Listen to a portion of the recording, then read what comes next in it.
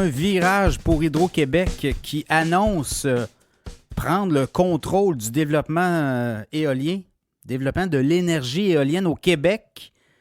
Jusqu'à présent, tout était confié au secteur privé. Hein? Dans le cas de l'éolien, on passait des appels d'offres et on disait aux gens, battez-vous, on va vous connecter, on va s'occuper de la connexion, qui coûte très cher d'ailleurs aussi, et on va refiler la facture aux contribuables, en plus du coût de l'éolien, de l'énergie propre comme telle.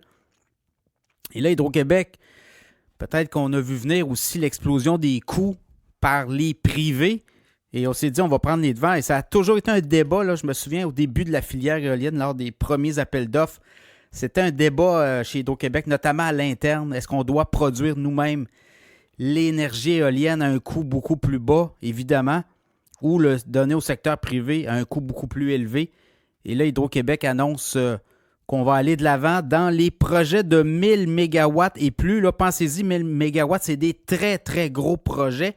Je ne suis pas sûr qu'il y a des projets de 1000 MW actuellement au Québec.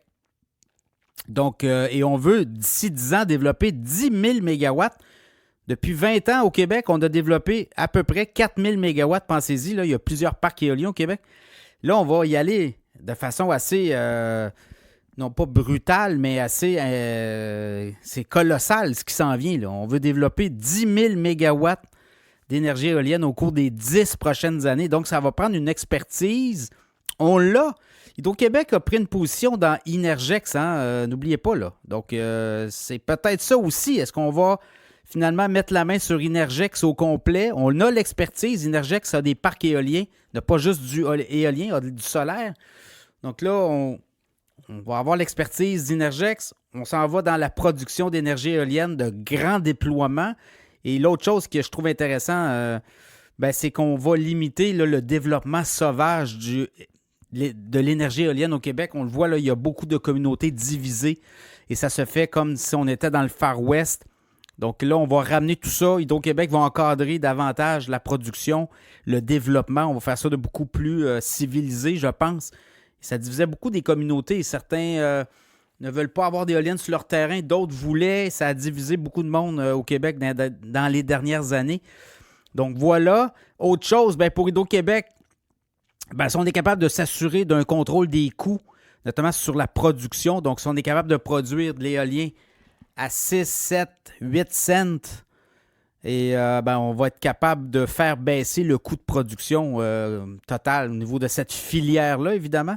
Puisque là, on paye, il y a certains projets qu'on paye 10, 11, 12 cents. Et ça, c'est à part les coûts de connexion au réseau qu'on a dû aussi, comme on dit, passer la facture aux Québécois. Donc, dans ce contexte-là, je comprends que le contexte du monopole, ça ne fait pas l'affaire de tout le monde. Mais dans le cas d'Hydro-Québec, qui appartient aux Québécois, je pense que la meilleure façon d'aller chercher les meilleurs prix pour ce développement-là, et très vite, là, on parle de quand même 10 000 MW au cours des 10 prochaines années, c'est d'aller vers la production directement, devenir autoproducteur. Voilà. Ça va être à surveiller, évidemment, mais je pense que les financiers ont repris le contrôle d'Hydro-Québec et Michael Sebias s'est compté. Et on va de ce côté-là. Avec Inergex, on l'a. Hein? On a pris une participation dans Inergex justement pour aller chercher la connaissance, aller chercher le data, aussi toutes les données. Donc voilà, Hydro-Québec qui saute dans le développement de la filière éolienne au Québec.